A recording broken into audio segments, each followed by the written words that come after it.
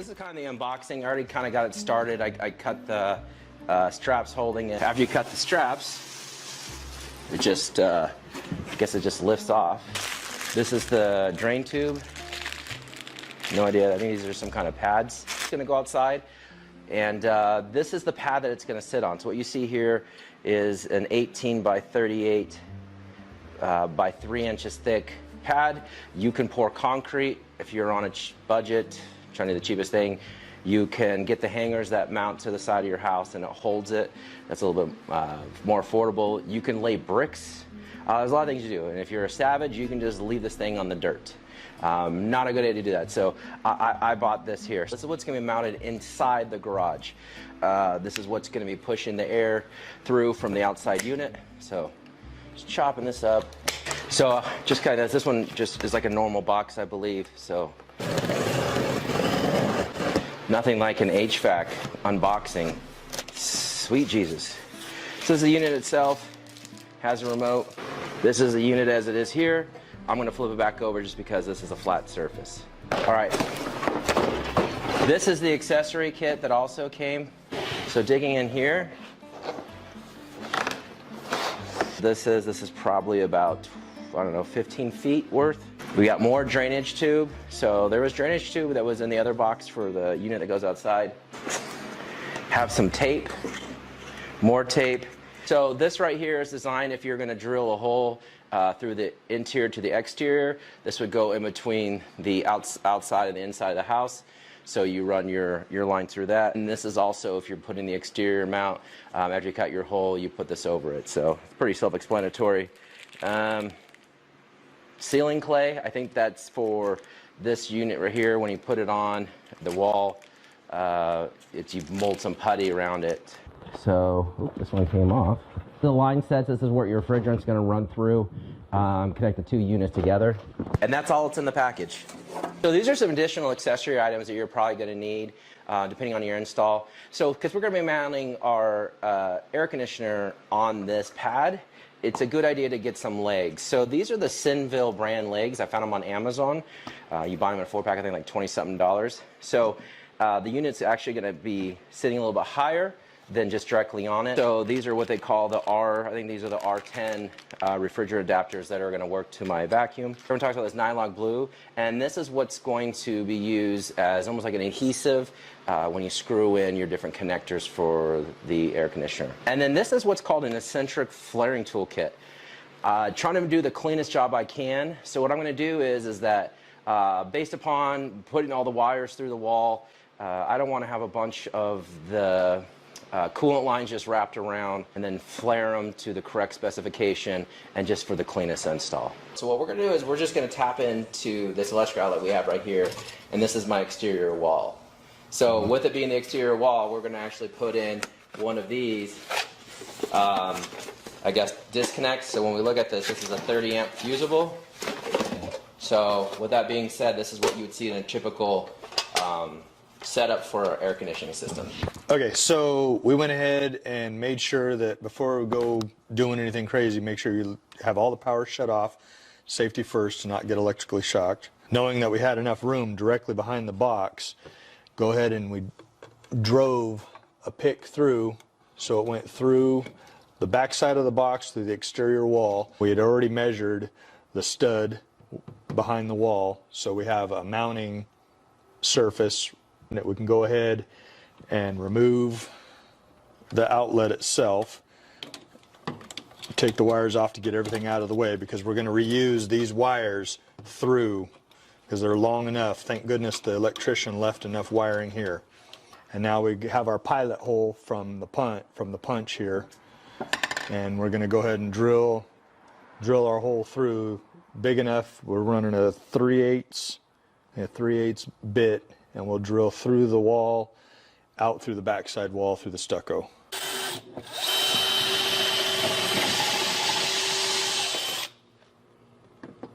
We through.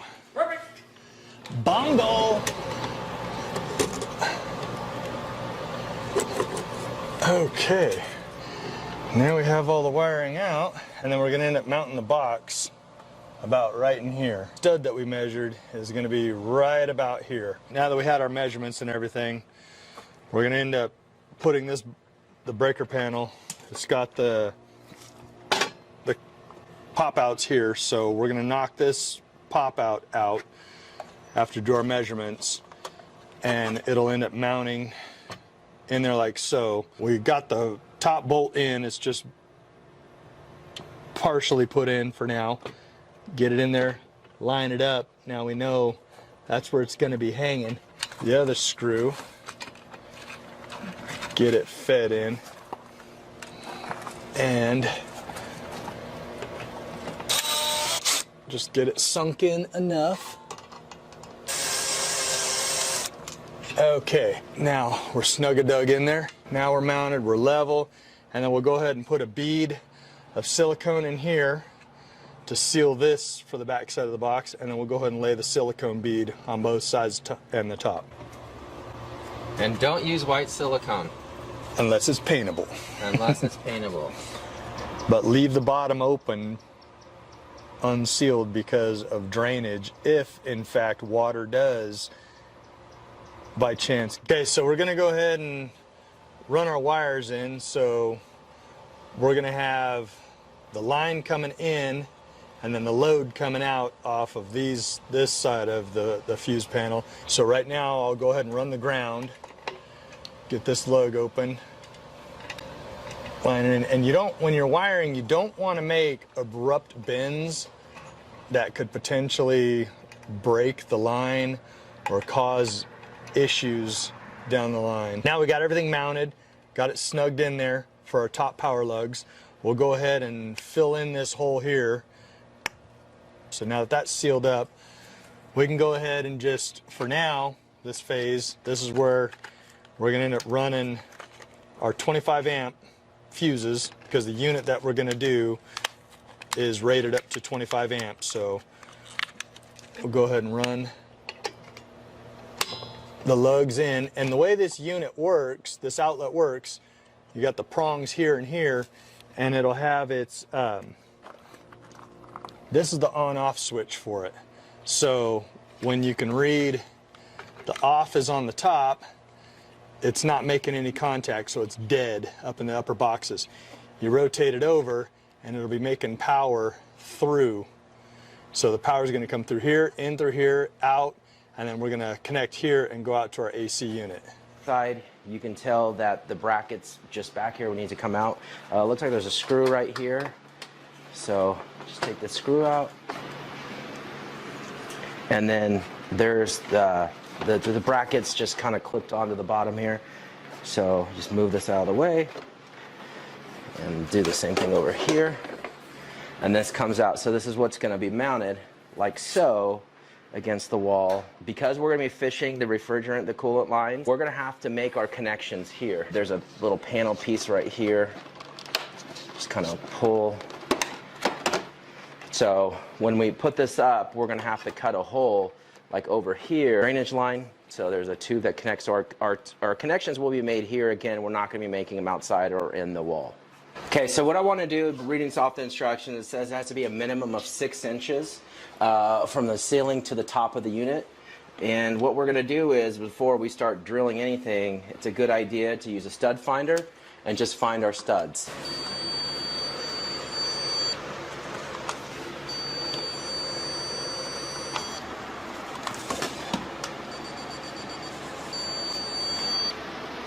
So now we know where our studs are.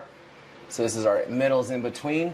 Measure, I'm probably gonna go down 14 inches. Now this bracket has different measurements. There's one that says US. So right here it says US, this is this hole here, and then there's another hole here. So that's what we're gonna use, and it should meet 16-inch mark. So I'm just gonna go ahead and put it like right there.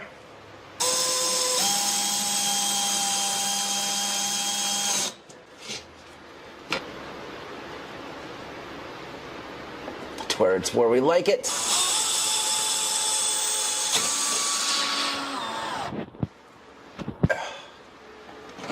So what we're doing is a little bit different.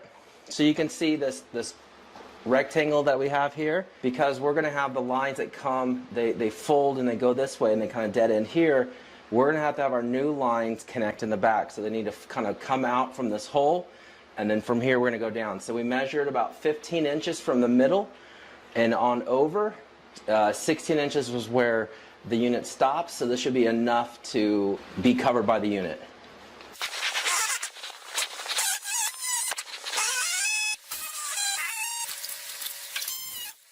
Definitely want to keep this thing if all possible, because if we make a mistake, that's where we're going to patch.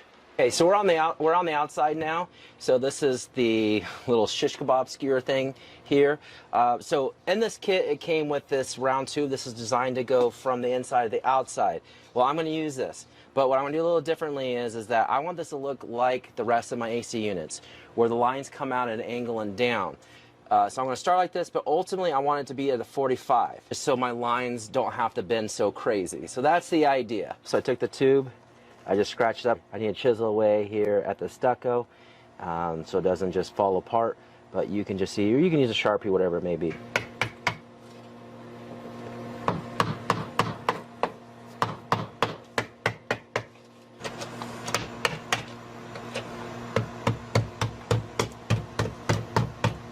Just get in here and start cutting this chicken wire.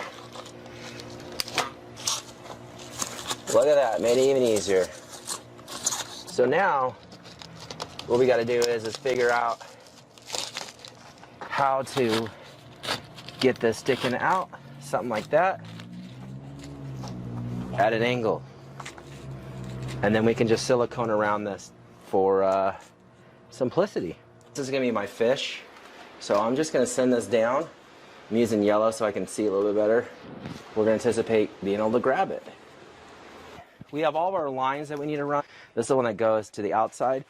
So we're gonna feed this side up, right? And then we're gonna take our tube. These are all gonna just go together. If I can undo the spaghetti factory here. We're gonna tie it up, and then I'm gonna go on the inside and I'm gonna pull it. So let's see some mad bending skills.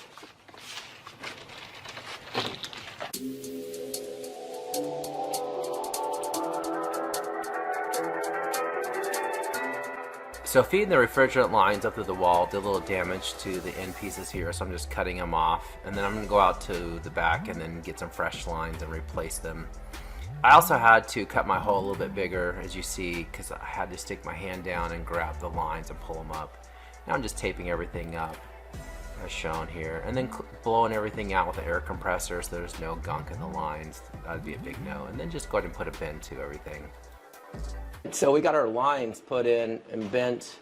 Hopefully it's gonna work. If not, we can pull it back or whatnot. But you can see here that it's got a nice little bend on it. So everything's gonna match on the back side. For here, this is why we did the cut the way we did. So all the pieces are, all the connectors are right here. Our drain tube, our two different cooler. Yay! So I'm gonna try to hang this now. So use the Magrick's help, we go ahead and just mount this thing up and then put a piece of styrofoam behind it. And then here I'm removing the factory caps. You're gonna hear a hissing sound. This is totally normal. That's just the nitrogen escaping. And then using the sealant on both connector sides, just get in there as good as possible. And then you're gonna end up using 2 wrenches here, and then go ahead and just tighten as best you can. It's very tight in here. And then I'm gonna go ahead and switch to the smaller line. Do the same thing. And there's our lines. So time to run the electrical. So this thing's loose. So I have to take this all the way over to the other side. So I just don't want to lose this.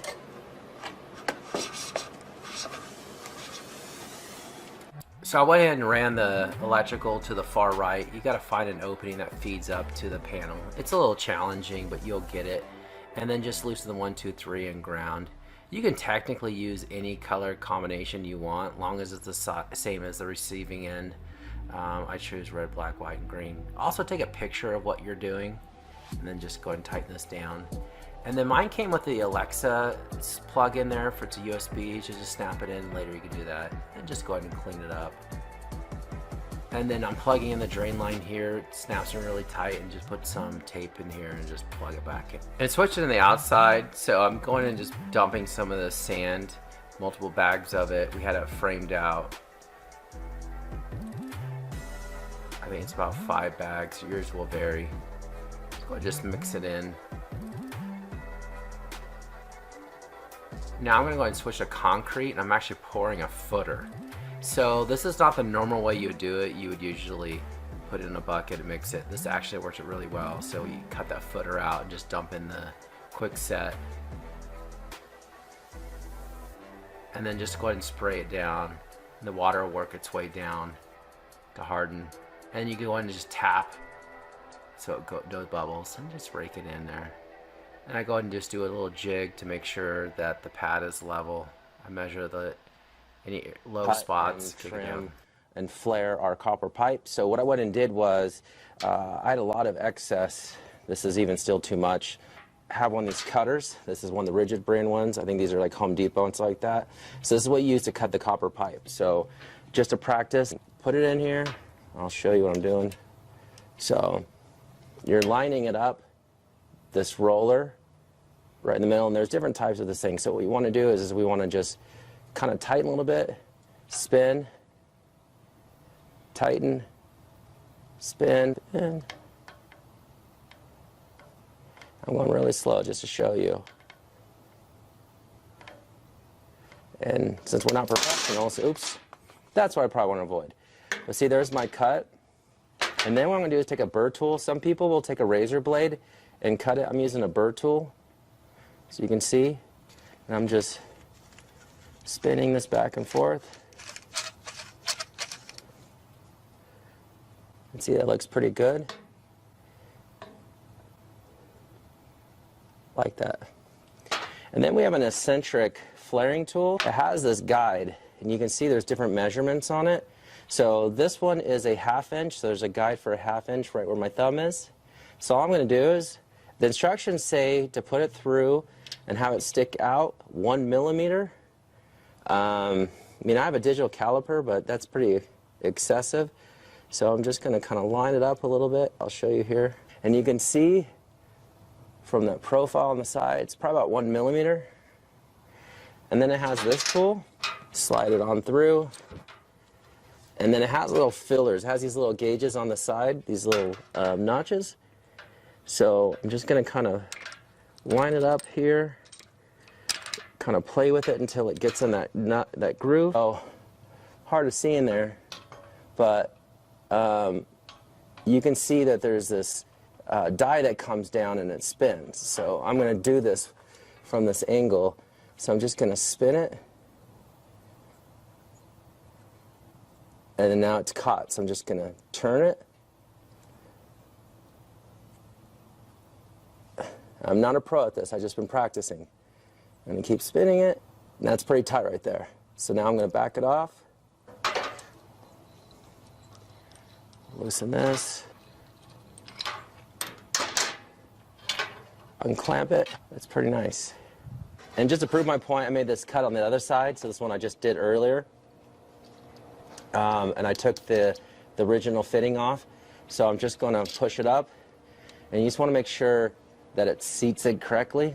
So, and then that blue, that tightening stuff is just going to help, so we're going to put it behind here and then put it inside this fitting, but I think this is pretty good. Also, this is a good test, so this is the one that the factory did, and then just put them together and see if it kind of matches. So this pretty much is dead on.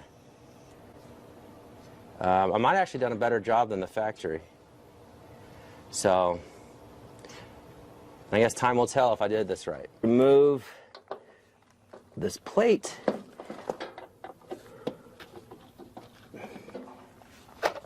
Right here it says it must be conducted by a state official or something like that. A professional.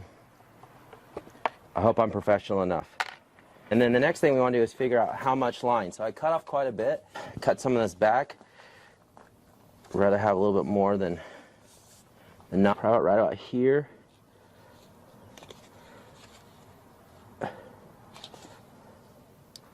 And if I mess up, I still have a little more room to go. So one of the things I forgot to do before I started cutting all these lines and everything, I need to put these insulator pads on. So I have 4 of them. So I've just got them all hooked up. Don't really need explanation. Just taking a pencil, putting it through this hole, and just marking them. So it's kind of hard to see. Just using, these are 1.5 inch number 12s. So we'll see how it works. And then kind of just line it up here.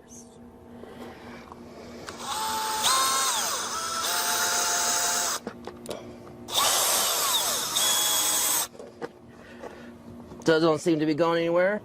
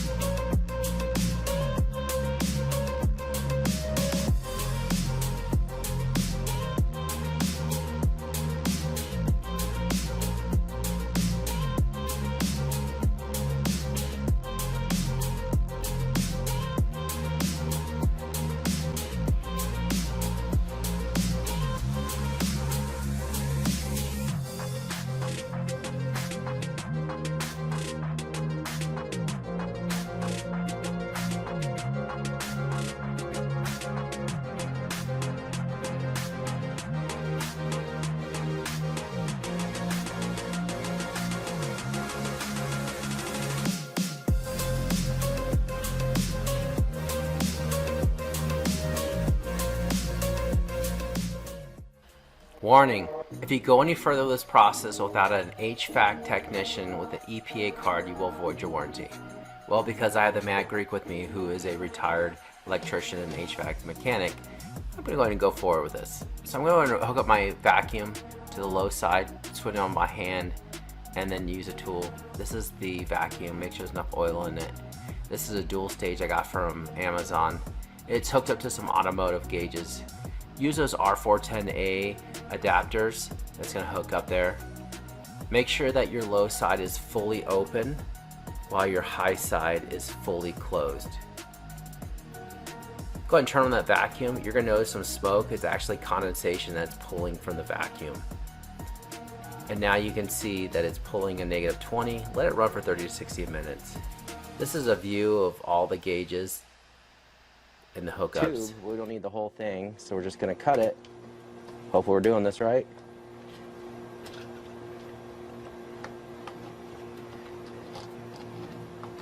Ta-da!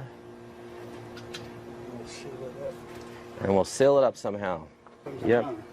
And dumps right there. And then it's going to drain out behind. Knockout out, so you can see here. It does not come with the whip, so we're making our own. 1/2 inch tubing with these connects, and it's going to go something like this inside there. So we got to unscrew it, put it in there, and then this is going to travel all the way over. 12 gauge. We're going to have to make our own lines and snake them through. These are rated for 600 volts, more than what we need. Hey, it's made in America. It's pretty good. So we're going to feed all of this through here.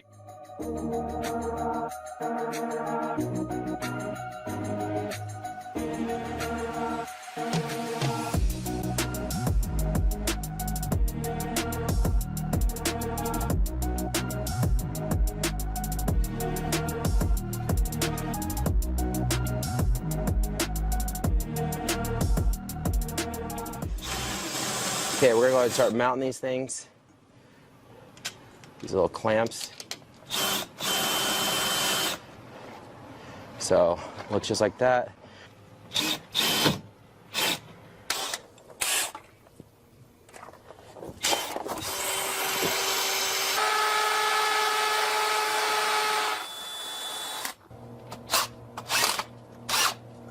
Straight in the line, like I showed. White over here, black over there, and then my ground, so everything should be good.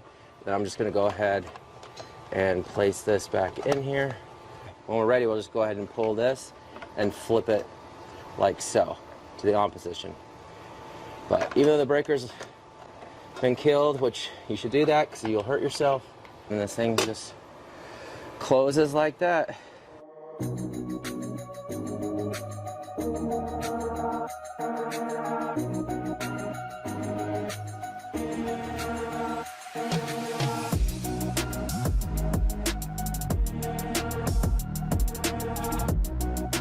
All right, so the electrical's been in. So this is our control side, just matching up the same colors as you can see on the screen. And then these are to our power. So L is, I guess, black and white is neutral, and then the other one is ground. And then our ground from the unit is this one right here. I think that's right. This buckle is broken-ish, so it's crap. Don't use it. Okay, so now that the vacuum's held, it's held for probably over an hour. The instructions say that we need to let out a little bit of refrigerant, high side. So I'm just gonna do this.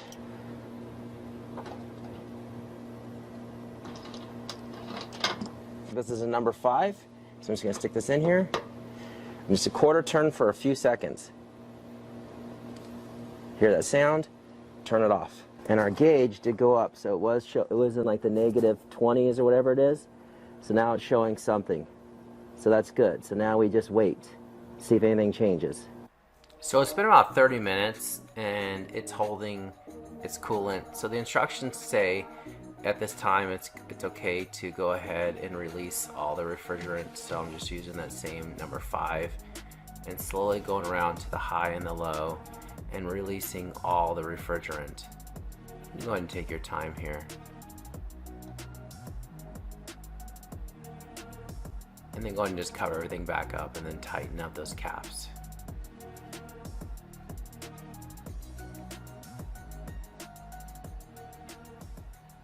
So what we're gonna do now is we're gonna use one of these halogen leak detectors. It looks something like this. It's pretty old school. Found it on Amazon. I think it's like 30, 50, 60 bucks. I don't know. On to like level 4. So after 6 seconds, it starts working. So if we see any change in the sound, we have a problem.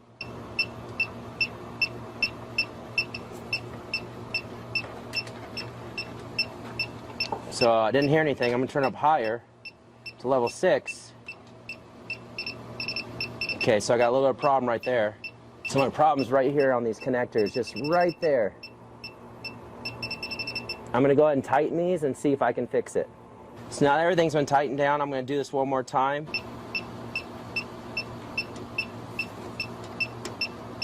No leaks. Because there's no leaks, we're actually done. So I'm using this spray foam and just covering everything from the inside so no critters can crawl inside. And I'm switching the inside and just putting some insulation in the top and the bottom all over. I'd actually already cut the power on at this time, so you can go and do the same thing. You can see here there's no gaps. It's completely closed off. Insulation should help with condensation. This is the remote it came with. Let's see if it works. Oh, snap. It's doing something. It's blowing in the 50s. This thing makes like no sound. The fan we have going on to the left of us is like 3 times louder than this. 49, 48. All right. Well, if you stayed this long, thank you so much. I appreciate you checking out this channel. And yes, right behind me is the Senville mini split. This is a 12,000 BTU unit. it's really quiet. Right now I have it in turbo mode, but when you have it in normal mode, you can't even hear it. You can't even hear it outside.